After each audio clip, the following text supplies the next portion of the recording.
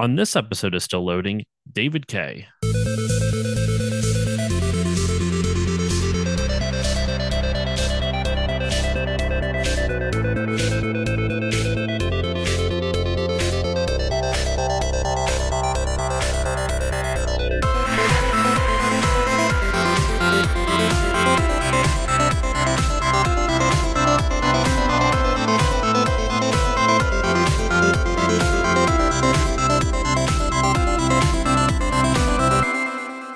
Hello, everyone, and welcome to this new episode of the Still Loading podcast. I'm your host, Josh Koval, and today on the show, I have an extremely special guest for you. I am so incredibly excited to have him on the podcast. He is only my second ever voice actor on.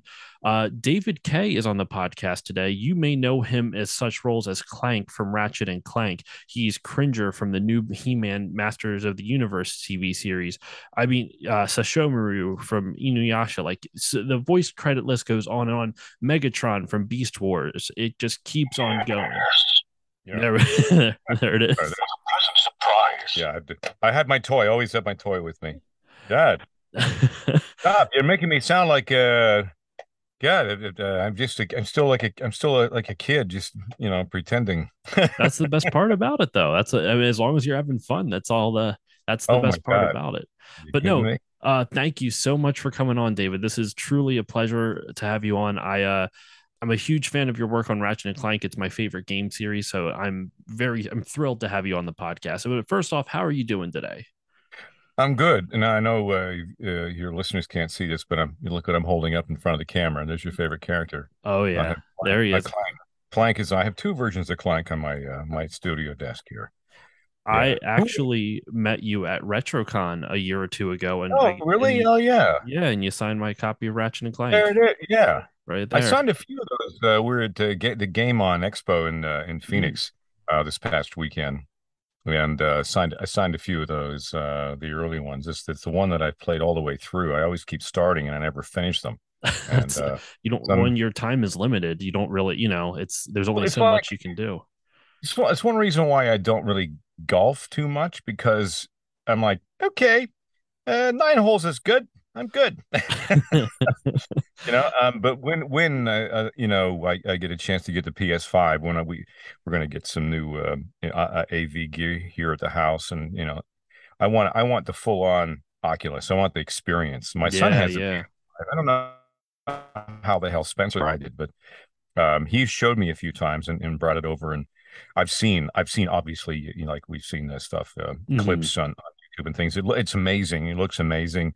It was amazing working on it. But I should answer the question you asked me at the very beginning: is how am I? I'm good. I mean, I just finished a workout. It hurt like hell, but How you know you that's did it right? yeah, it's the older I get, the harder I push. I'm not sure. I guess that's a good thing, but it's just I mean, I've always been for years. I've always trained and worked out like 4 or 5 times. But it became a mission when the pandemic hit because the one good thing about well, there's no good things about it really, but what we all of us in the industry kept busy because we kept right on rolling. The only Hmm. thing, the sad part is we were all at home doing our thing, and that Ratchet and Clank game was finished in our houses in our pajamas, and so we kept running. And my saving grace was the fitness routine. I had this routine even to this day. We're still in the middle of this thing, but I had this routine, and if I don't have my routine, I feel off. I feel I like gotcha. I gotcha. you know what I mean? Like Hmm. it's like I'm kind of the kind of person that can't. When I fly, I'd rather be flying the airplane. You know what I mean? I'm not a good I passenger. I understand that entirely. Yeah, and there's nothing you can't control this. You don't know. So I'm like the only thing I could control is how I felt. Okay, I can control like a train, and I feel like I'm like controlling something. So, um, but hey, look, man, I'm good, and it's a loaded question these days, but no complaints, and I'm grateful beyond. So there you go. That's good to hear. Yeah. I mean, I can A understand.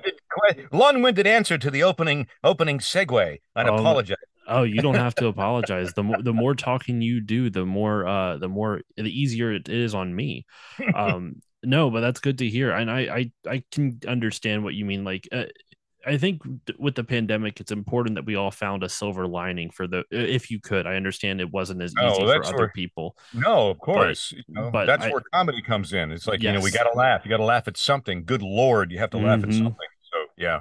But to dive right into this, I have a bunch of questions for you. I know we do have a time limit, so let's dive right into this. So one of my first questions I was curious about is how did you first get into acting slash VO? Not necessarily how to become a voice actor. I know you get that asked that question a million times. I'm more talking about your personal journey. Was acting something you always wanted to do, or was voiceover something you kind of found your way into?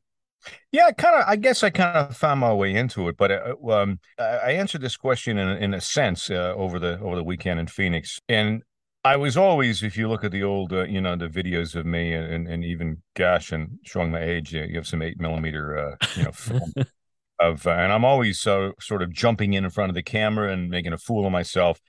So I wanted the attention, but I really didn't want the attention. When it comes right down to it, when I was doing some on-camera work when I used to live in Canada, a couple of X-Files and a few of the shows and Hmm. up there, and I really quite enjoyed it. Did some plays, and every time I'd opening night, I'd go, "What the hell am I doing? Why am I? This is painful. This is terror." But I enjoyed it. So as much as I like the attention, I'm not comfortable with it. Still, I much prefer to be alone. So would you classify um, yourself as an introvert then? Introvert extrovert sort of thing. It's like I I love the cons when I meet people, and it's just such a thrill because without without our pop culture, without the fans showing up, there's no us, there's no career, you know what I mean? mhm. So I'm really grateful for that. It's great. But I will go to I will go to conventions, and I will go off on my own. I will Mhm. I I enjoy the company, but I really honestly prefer. So I don't know what the hell I was thinking when I want to go into business. Good Lord.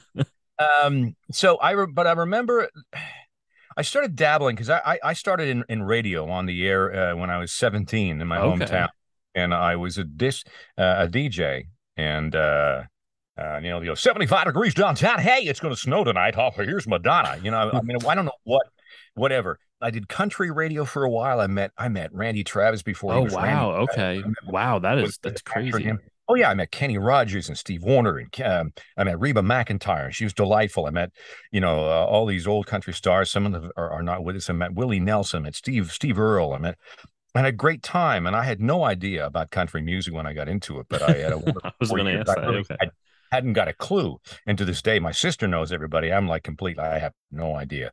But country radio was great for me. I met the Judds, and Okay.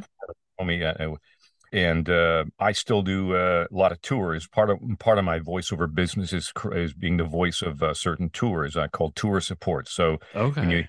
when you hear stuff like Five Finger Death Punch in concert. Hmm. That's me. I Oh, do. I I see. I still do see. all those, Brantley Gilbert in concert. You know, um, and so that became sort of a business on its own, and still grows to this day. I was on the air. I started doing like radio and television station identification and promotion, which is, tonight on ABC Eyewitness News at 11, for radio and for TV and for radio, it's Power 104, all that. And it's still to this day is another part of the business that I do on a daily basis. So radio was the start of sort of the career in Vancouver. It was known as a hotbed for producing cartoons. Hmm. Geek Animation was up there, DIC, which the moniker to us stood for Done in Canada. And it was G.I. Joe. There's a few cartoons I knew that my friends were on that I'd met in the acting community, and had an audition for G.I. Joe for General Hawk, the great American hero. And I ended up booking it somehow. Somehow. Did you have any experience prior to that No, with voiceover? none. I was Oh, on the okay. air doing character work on the air on a morning show, and I just fancied myself, I don't know, a performer. I have no idea, where that came from, but I loved radio. I loved the microphone. I love the fact that you could sort of be anybody and create anything behind the mic, and theater of the Hmm. mind was a big deal for me. And so, yeah, literally my agent, who was new as an agent, said, "Do you know how to do voices?" And I tell this story a million times, and I said yes. I hadn't had a clue. And so I went out and I ended up booking the role 6 weeks later. And that began the the journey. And because when I remember being in the studio, the first episode, and yo, Joe, follow me, toward the danger. Come on, gentlemen, let's hop to it, blah, blah. Cobra's not going to wait for Hmm. anyway. And I thought, okay, I'm done with radio. I want to do that forever because the fun in a booth with everybody, Yeah. so much fun. And that's when I first met, Ian Corlett, Gary Chalk, and Scotty McNeil, and all the Vancouver, folks. Terrell Rothery, who I still have a crush on. She's on Virgin River. She's the blonde that we see in season one. But I Hmm. think she's on it. But I met all the, Janice Jode, all the Vancouver, Brian Drummond. And in 2007, I moved to LA because I had been cast in TF animated Transformers.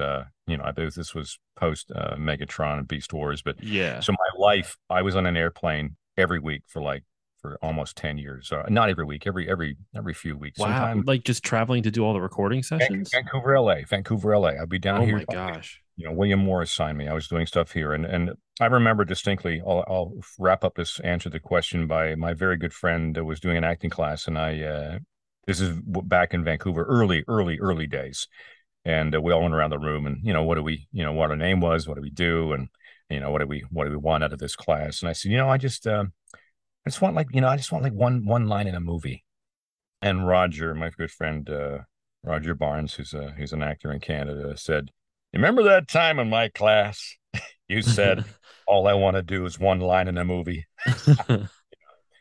So that that's the kind of the story, and that's where it all began. I cut my teeth in Vancouver, in that scene there, and it's again, as I said off the top, I'm just grateful to inhabit any of these characters, and the fact that they hire me is still a miracle to me. It's like they want me. Okay, How all much how much of it is auditioning still now that you've been in the industry for as long as you have? Is there still a lot of auditioning that you do, or right. Oh is it yeah. more offers? There are offers that come in, which is nice. Sometimes um, that tends to happen more, I think, stateside, more here, where the business is a little bit different. Hmm. And that tends to come in. There are they know your body of work, and they say, hey, listen, they want to. There that happens, but for the most part, all of us audition. Even you know, even the celebrities, even the ones that are on camera and the big stars will Hmm. still audition. And I my publicist Michelle, who you probably been in contact with, has been at me. Do you think you want to get in front of the camera again? I think she's pushing me, but I think I would like to because this part. I remember back in the day, I was like, it was just I got to learn. I got to, and I was. I was okay. I could hit my marks and know where my light is, but I hated seeing myself on screen. Come on, I'd look at myself. Jeez. Um, but I loved behind the mic. I just loved the nuance, and I'm still learning stuff every day. But I think I'm in a good place now where I'm comfortable with who I am, and I really don't care. And I know that I could bring something to a role. As before, I'm like, no, I didn't have That's the experience. that's got to be freeing in a sense because My you God, kind of is you it get ever? rid of that inhibition that you're like you're so Yeah, it took me years just to get used to my own voice on this podcast, and now I used to hate the sound of my own voice, and now I don't, and now I can picture like with you, like you didn't like seeing yourself, and you still may not enjoy it. It's one of those weird things that uncanny valley isn't the right term for it, but it kind of like it gives you that uncomfortable feeling like the uncanny valley does because you're yeah, you're critiquing yourself harsher than other people will critique you most yeah. likely. And it's a horrible place to be, especially when you're doing theater, because all of a sudden a spotlight goes on and you find yourself looking at yourself, watching yourself on, and that's a horrible place to be. And that happened a few times, but it is freeing because I think it's just being on the planet longer, Mm-hmm. where you just get used to it. It's like really they say love yourself, and it sounds corny, but damn it, man. I mean, that really is when it comes down to is you are who you are. And people ask me about the voice. So I said, look, man, you got to figure out who you are first. Travel, read as much as you can, Mm-hmm. be curious. Yeah, US is a great country, but there's a whole other world out there. Mm-hmm. The more you have that perspective, the more you have that reference point. When you're asked to do a character in a film or a movie or a cartoon, you have it's nuance. You have experience.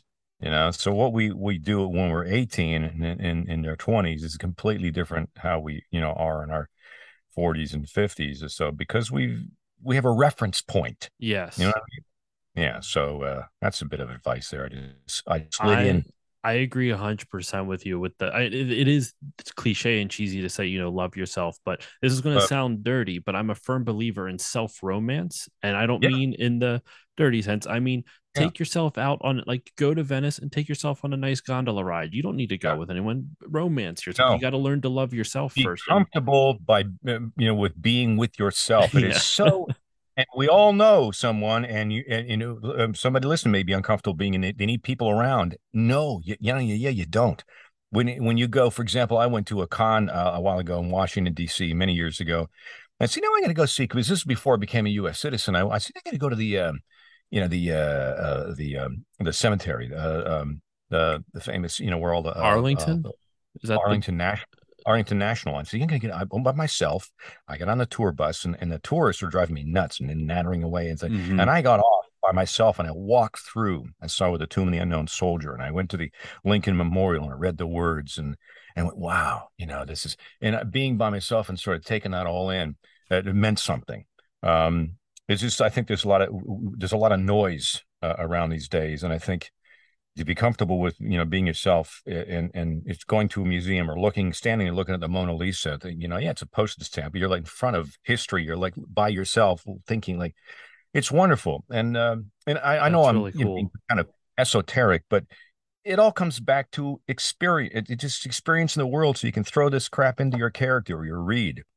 And honestly, it means something. It's not just reading words on a page. It's am I making sense? No, you're making 100%. I'm understanding you entirely. There's this is, I think, oversimplifying what I'm about to say is, when you're doing voiceover work, you're not doing voices. The whole, like, I know it's talked about by a lot of other voice actors at conventions and stuff.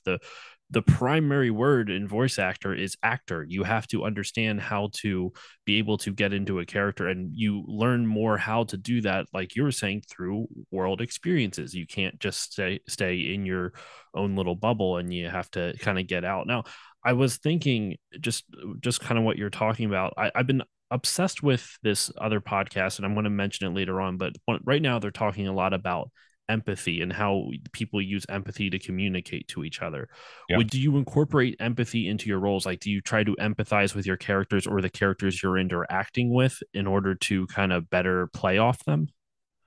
That's a great question. Empathy, if you're going to be an actor, if you're going to be an actor and do this profession, I call it being a person, really. But if you're going to be an actor, you have to have empathy. I don't understand the other side, those who don't have empathy and don't care about others, and it's all me, and the world revolves around me, and screw you. And I can't imagine not having empathy, because, for example, I feel everything, it's the curse. It's sort of the actor's curse. We feel everything. And which is difficult. I go online and scroll, doom scroll, and I go, and it may not have anything to do with me, but I kind of feel it. I feel the empathy for people, and for disenfranchised, and folks are having a tough time, and so we're putting into a character. Here's the fun part, is doing a character that has no empathy. So you need to be able to play that. You need to be able to go down the dark almost road. A selfish path, like just ignoring others. Yeah. So like, Megatron, very Shakespearean, and Beast Wars, he has that hero complex. Mm-hmm. We see him as, what is he doing? He's this evil kid. No, to him, it's a hero complex. This is the way he believes things should be. Yeah. If I do, will happen. Commander Rat Trap, what a pleasant surprise. It shall avail you not. No, side guns. And that's his answer, because he's doing the right. It's a hero complex. So you need to be able to, play around in that. And for Clank, I want to make you cry. He's a robot. He's not human, but he has a soul. There's a soul in there. There's something wonderful about him. And Yeah. in the movie and things, I'm, when you say things like, but Ratchet, you are my friend, you go, Yeah. I want people to feel There's a that sincerity emotion. to that which you wouldn't expect out of a robot, but it's there. No. And so it's wonderful to play. So you have to have empathy, but you also have to be able to turn it off, you know, um, Yeah.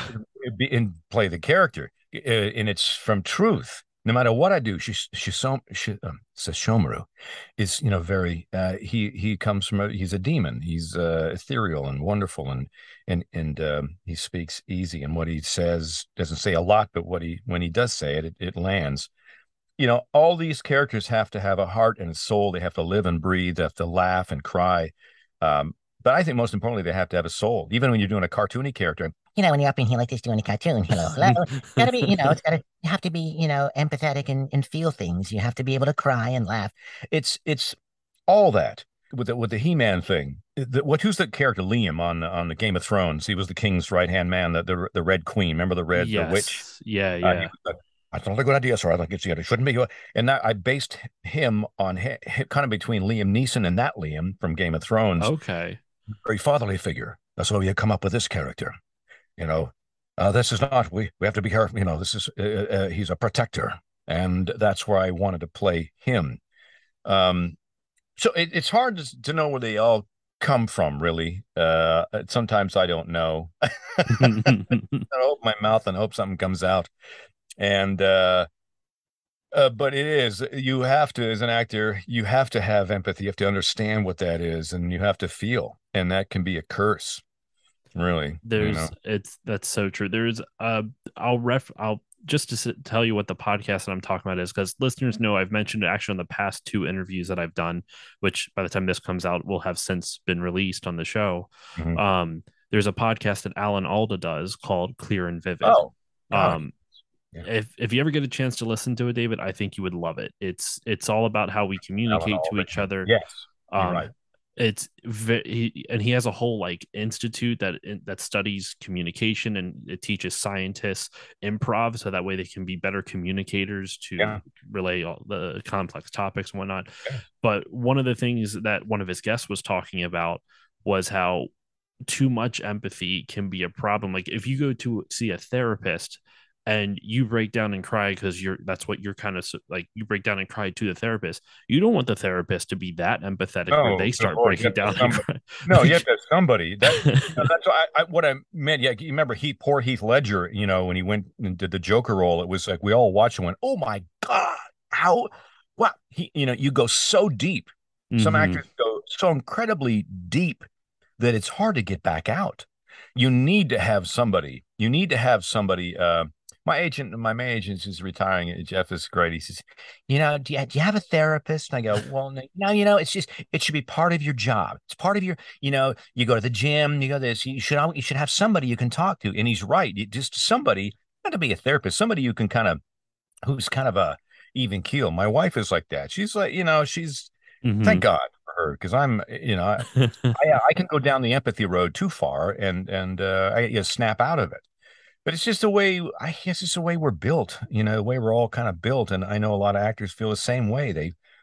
If something in the news is horrible, like, hey man, how you doing? And Mhm.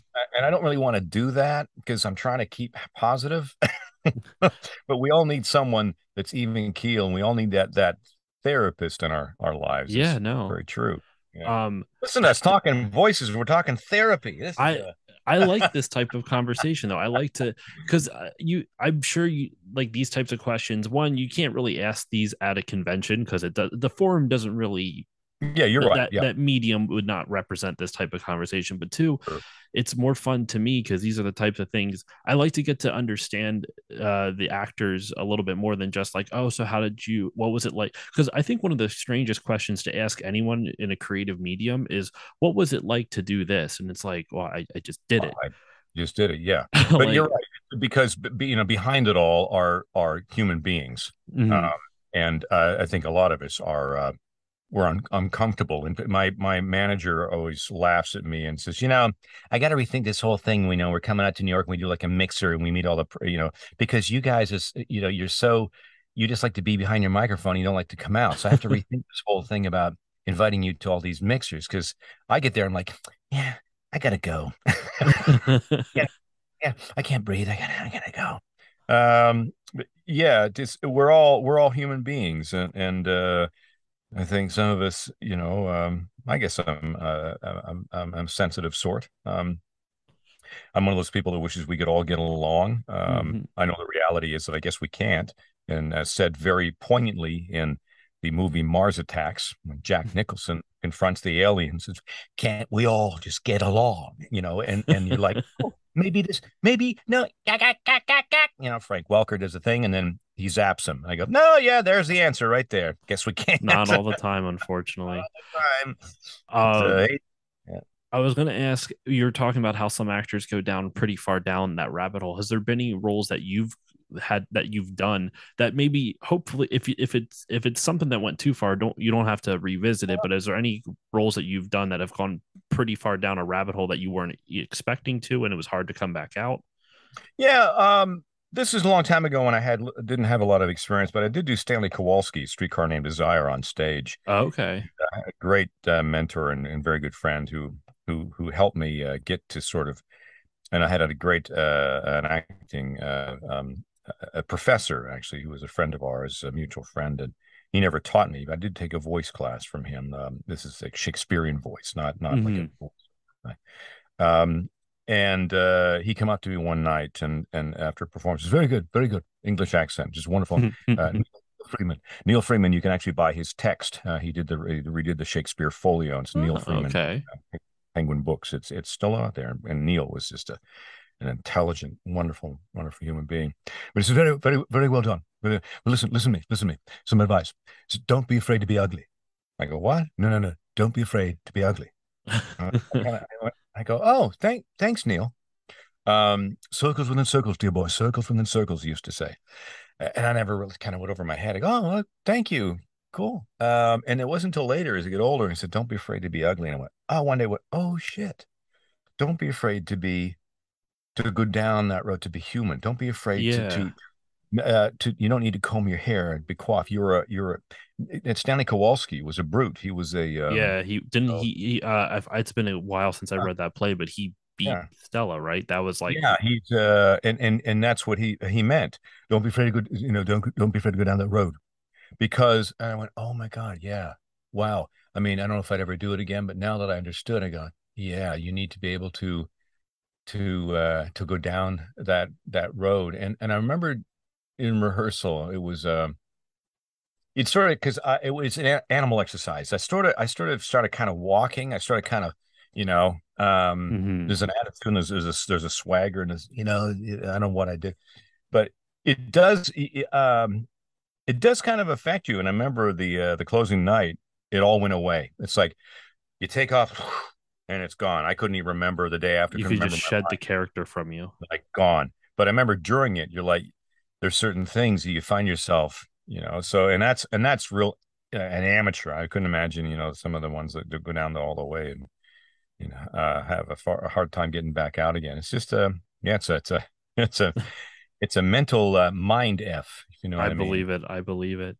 To kind of take a pretty hard left turn. We've been talking about a lot of more like dealing, the emotional side of acting and how you get into characters and everything. I want to take a hard left turn to auditioning and specifically, what do you remember about your audition for Clank and how that went? I know the Yeah. first game came out in 2002, but you've been with the role since then. So, what do you remember from the early stages of getting that role? Well, I remember I was still living in Canada, still living in Vancouver and commuting. Mm-hmm. I was starting to commute a lot at that time, back and forth to LA. And I remember in my home studio, I received a fax. Remember those, a fax? Hey, at my job, we actually still use them, believe it or Yeah. not. Oh, there you go, still there.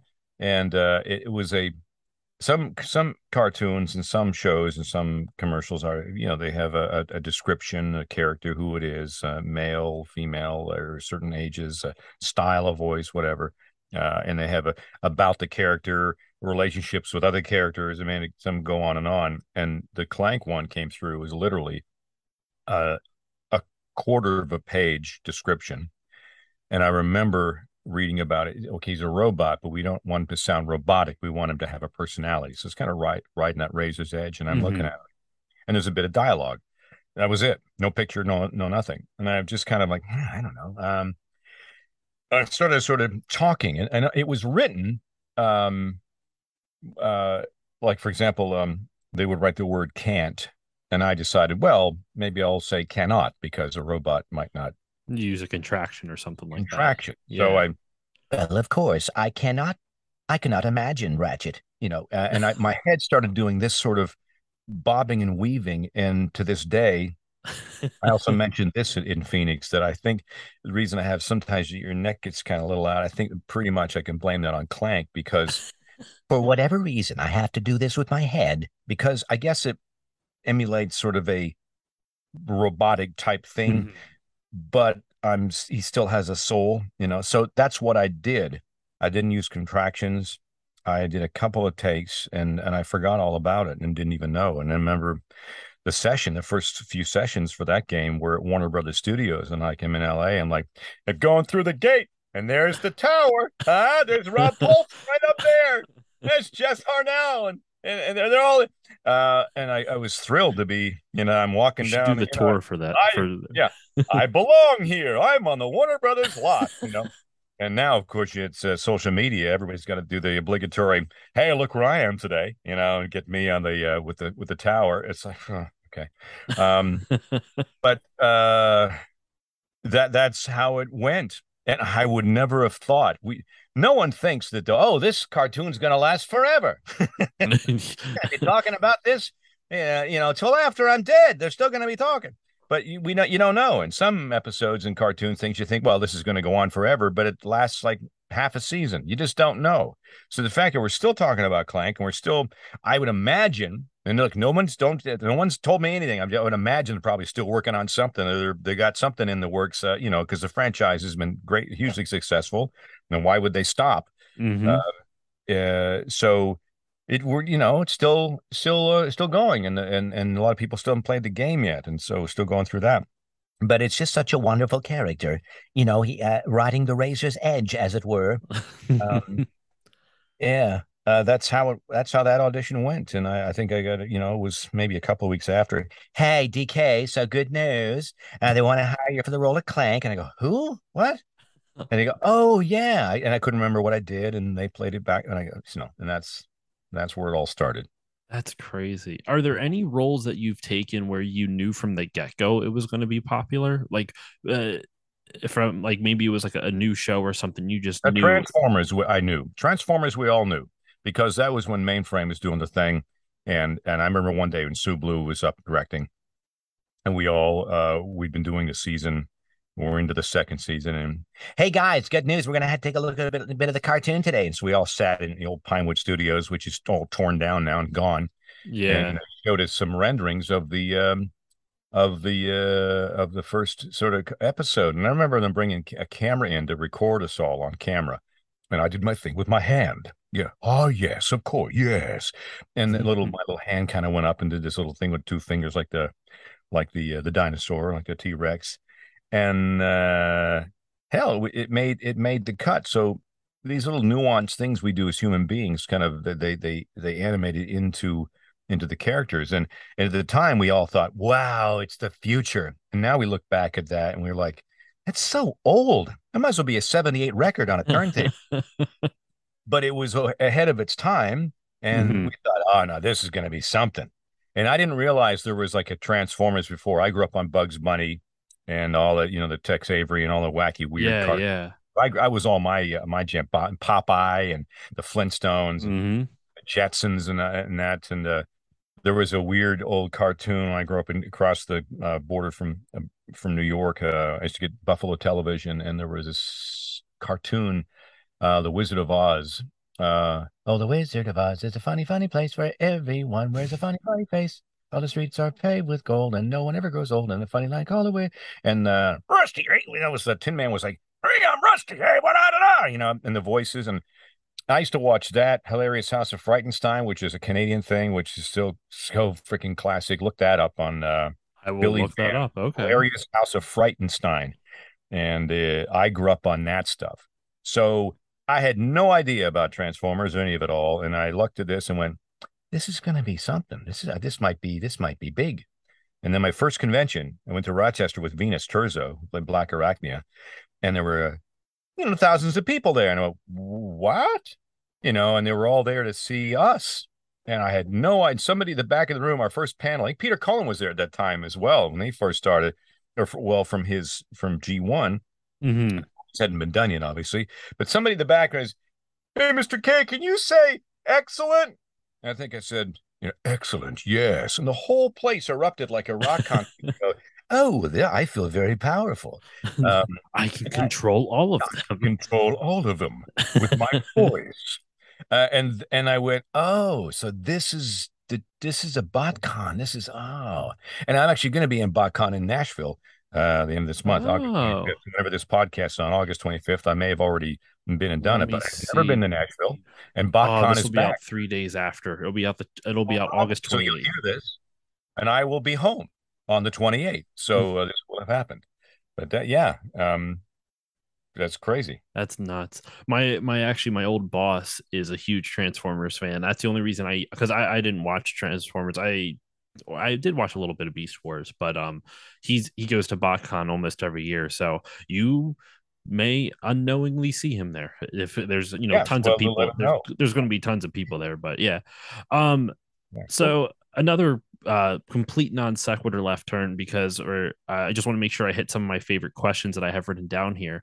One of the things I'm most amazed about with voice actors is that you're seldom in the same recording session at the same time. You almost always record solo, and then like I'm not an actor, but I can't imagine having to act off nobody. Do you like how exactly is that difficult to do, to act opposite of someone that you don't even get to see their reactions in live time? Well, that's your imagination comes in that. But look, I much prefer to be in the same room. That's why this the last 2.5 years has been a real pain in the ass because I believe it. I love being in the room with others because there's a different energy, right? Mm-hmm. And it's like doing a radio play. You're all in there together. You're goofing around, and but when it comes down to it, you're doing some serious business and you're on the clock. But um, that is a skill that was certainly needed to be adapted for the rolling through the pandemic. Is you need to see it in your head. It's much like Beethoven or Mozart or the old composers from hundreds of years ago. They saw, and even in course today's composers and artists, they saw it all. They closed their eyes, or they heard it, Yeah. saw it all in their head. It's all they literally see the notes, and they can see the people. Like when you think of it, when I say the word symphony, other people are going to get different. I close my eyes and I can see it all. I can see the conductor. I can see the string. So when you have a scene and there's some serious, say you have to cry. I did doing a recent show that I cannot mention at all, but it's wonderful writing. And there's a very heavy moment in it, and you have to go there, and they're on Zoom watching you on the camera here, Yeah. and you have to close your eyes, and you have to get there. And that's the skill, that's the imagination, that's the feeling.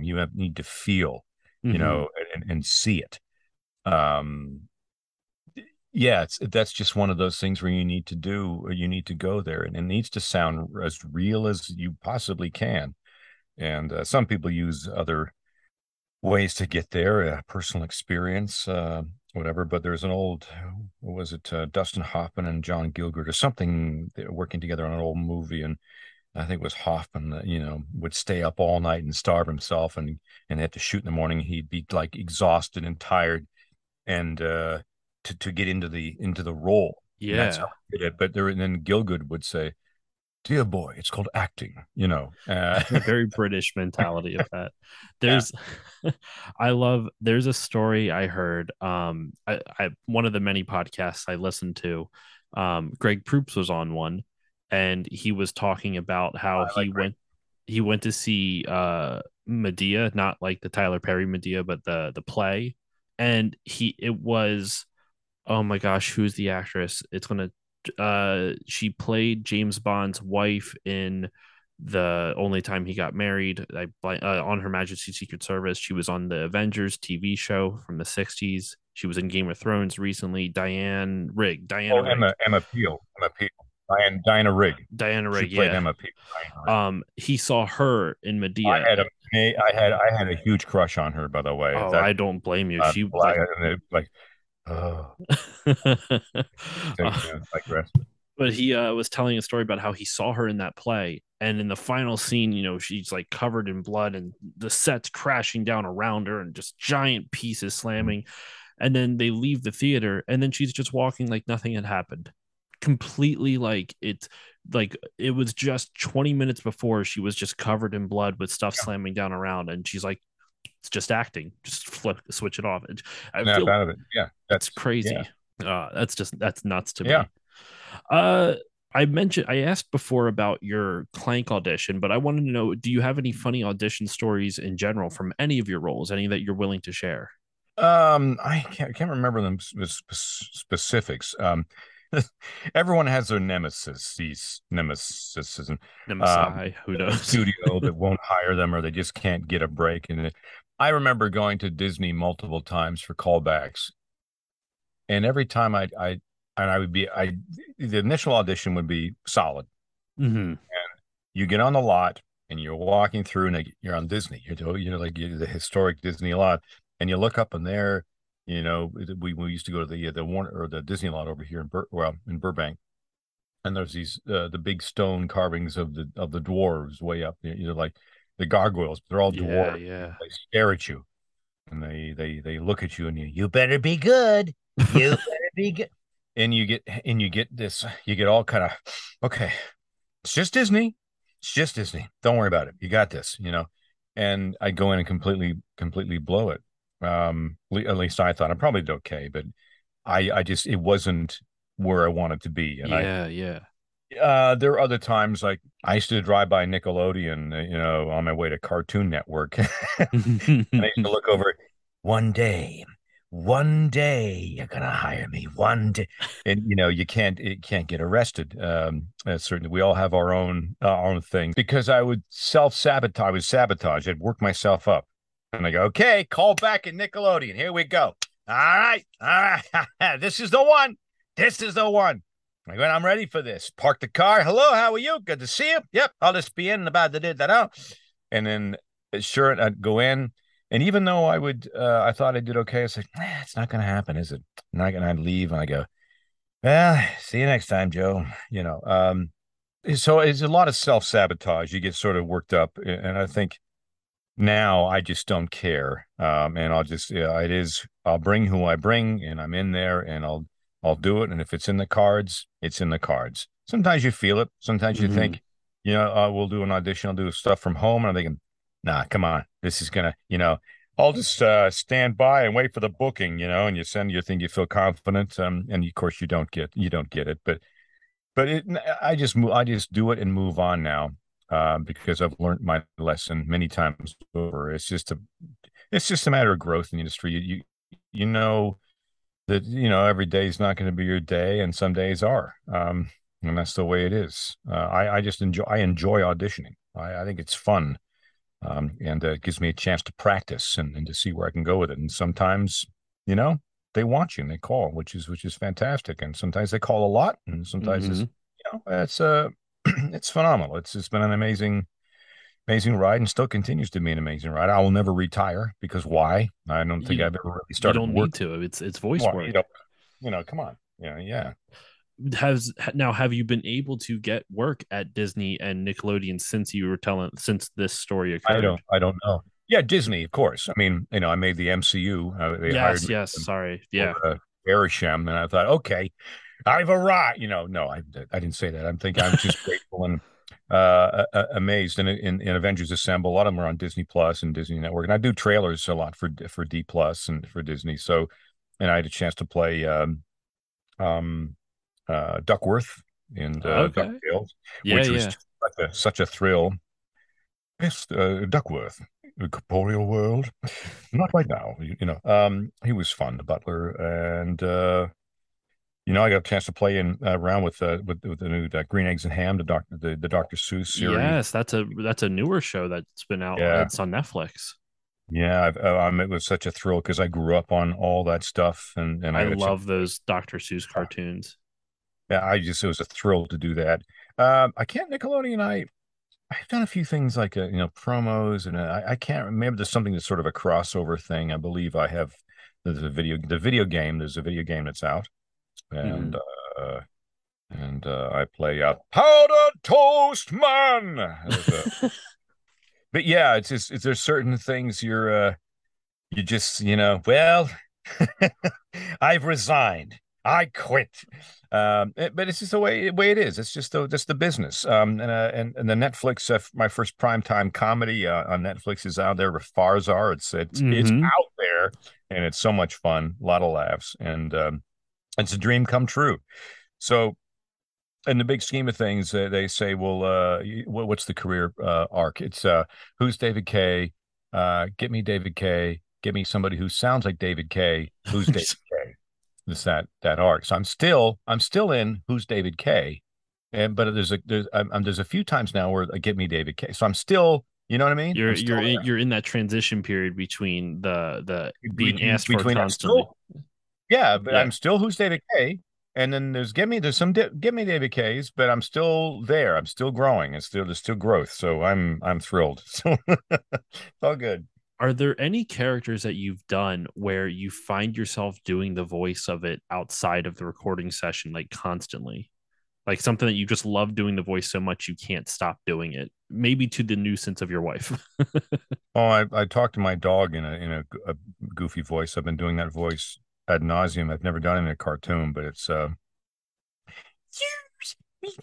I do this weird little, and it's like I must sound just totally like an idiot. And I've been doing that voice. Just never made a cartoon, but otherwise, other than that, I lead a pretty normal, everyday existence. I will do crazy voices. I know when I tend, like last night I had a meeting and I'm running this is random. I run a gourmet society here in LA. Oh, okay. And I'm into food and wine and I really enjoy it. It's something completely off. My No, parents, that's cool. my parents wonder who the hell I am some days. Yeah. But anyway, yeah, I love it. And it's really, well, I love chefs and I love, helping young chefs. And I love wine because it's geography, topography, and history, and something about it. It's a romantic thing too. Yeah. Up the, but when I was out last night with a few people after dinner after a board meeting, and every time I would mimic someone's voice, I would do their voice. And the guy who was a wine rep last night said, "Do you realize that you just kind of rattled off like 4 or 5 voices of people like in 2 minutes ago?" Oh God, yeah, I'm sorry. He said, no, that's funny. But when you mention something, you do their voice.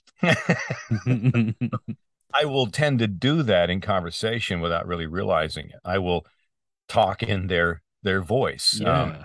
Uh, that's something I do that is kind of strange, but That's funny. It's not strange. It's you. There's nothing wrong with yeah, that. Now we're getting close to the time, so I have a couple more questions for you. One, I actually wanted to ask quickly just about cooking. Then, like, what is since it's something you said you enjoy doing, you like cooking and wine. What's one of your favorite meals to cook? Like when you're maybe it's like a stress reliever. Like what calms you down if you're having a busy day? What meal do you like to prep for yourself? I like to make toast. Buttered My toast. my wife is Sicilian, so in her sauce is I've never even in Italy. I'm like, and it's still not as good as yours. So she's I I'm not I'm more like the I will pair like she will cook. My favorite French thing to do is a winter dish called a cassoulet, and it's a hearty dish. And it just conjures up, and I will pair that with like a nice big roan like cote roti or.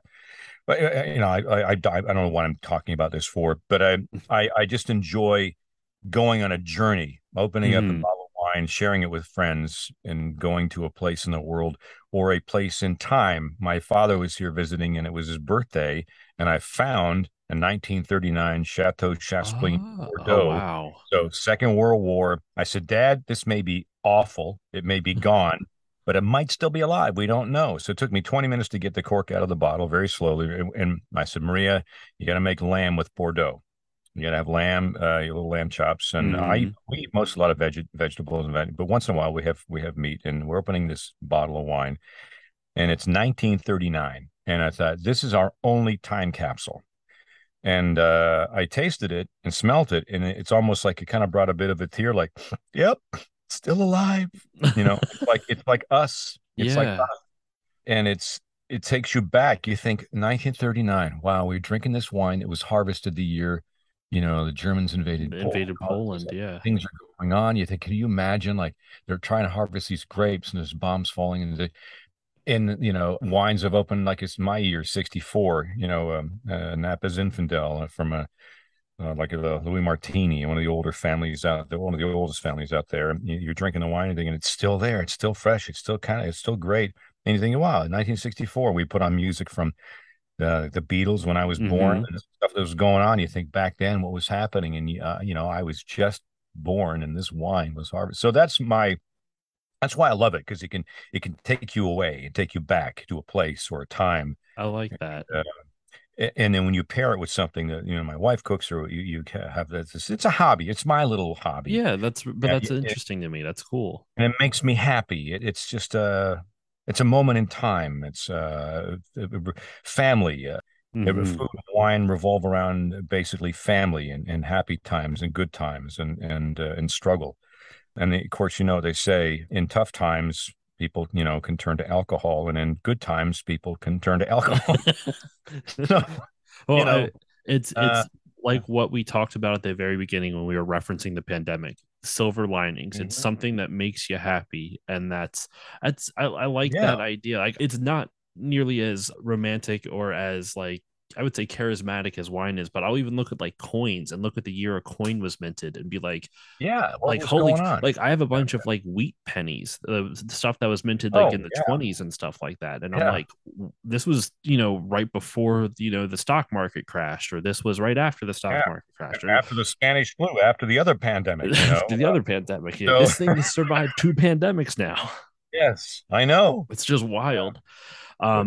But to wrap all of this up, I have I could continue talking to you for a long time, but so if you'd be willing, I'd love to have you back on the show to talk about whatever. Of course, man. My final 2 questions. One, I've referenced the Alan Alda podcast before, and I've been really liking that he ends each show with 7 quick questions. I'm not going to answer or ask all 7 questions. I promise. I'm picking one.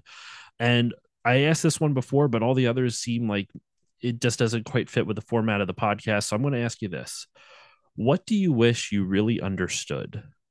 And you can answer quickly. If you want to go in detail, you're more than welcome to.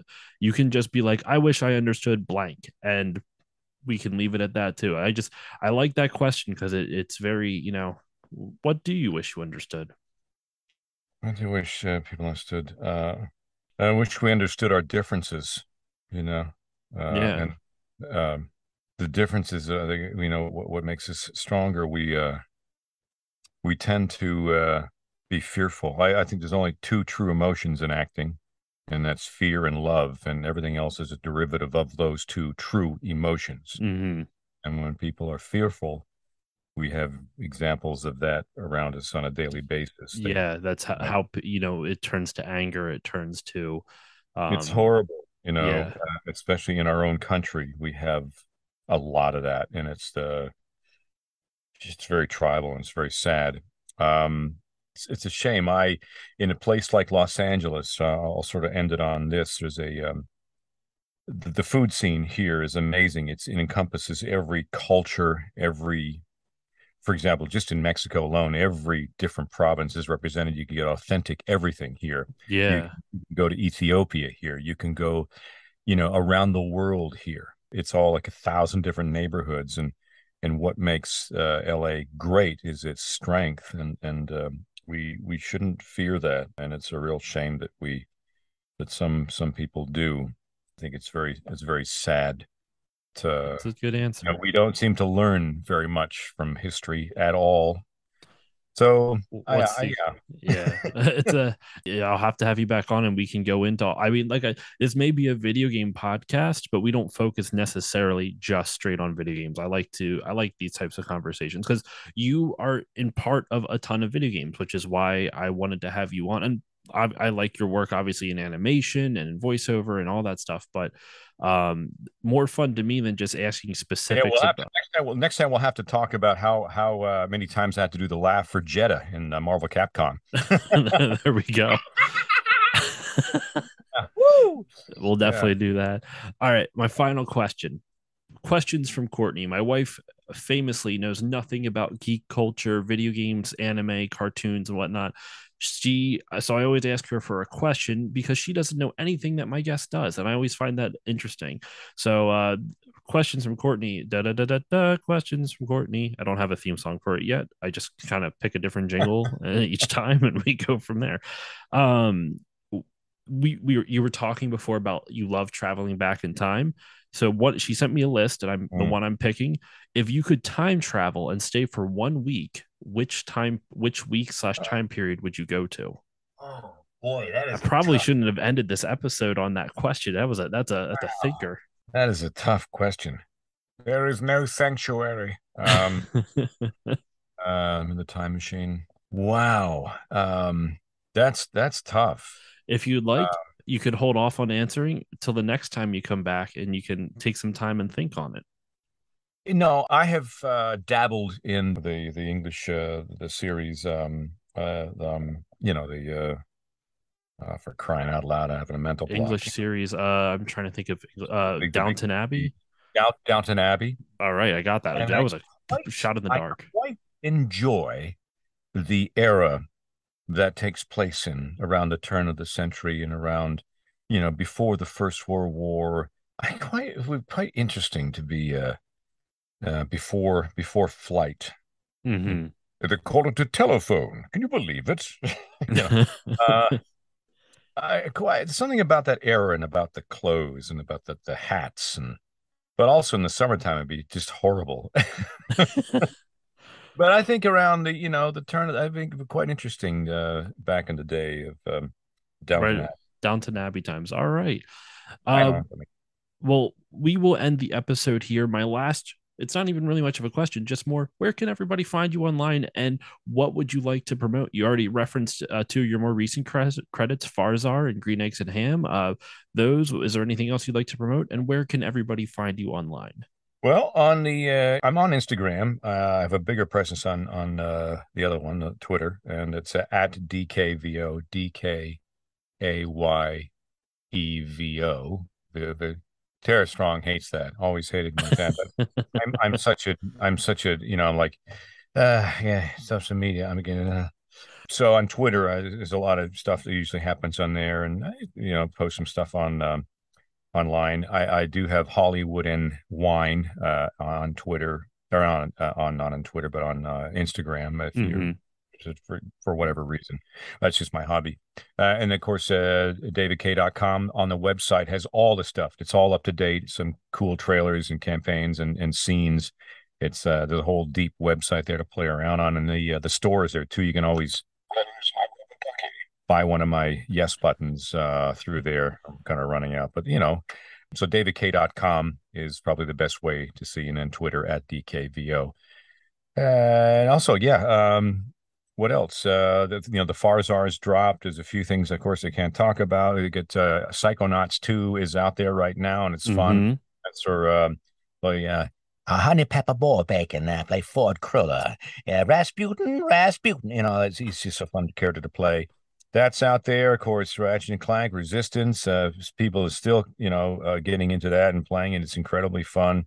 But yeah, I'm sure I'm missing something. The final season of, or the current final season, who knows, of Masters of the Universe, Motu. I played Cringer is on there right now, and I'm probably missing a bunch of stuff. But yeah, it's out there.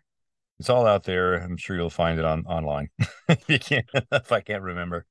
All right. And as usual for me, you can follow me on Facebook, Twitter, and Instagram at StillLoadingPod on all of them. If you want to email me, you can email me stillloadingcontact@gmail.com.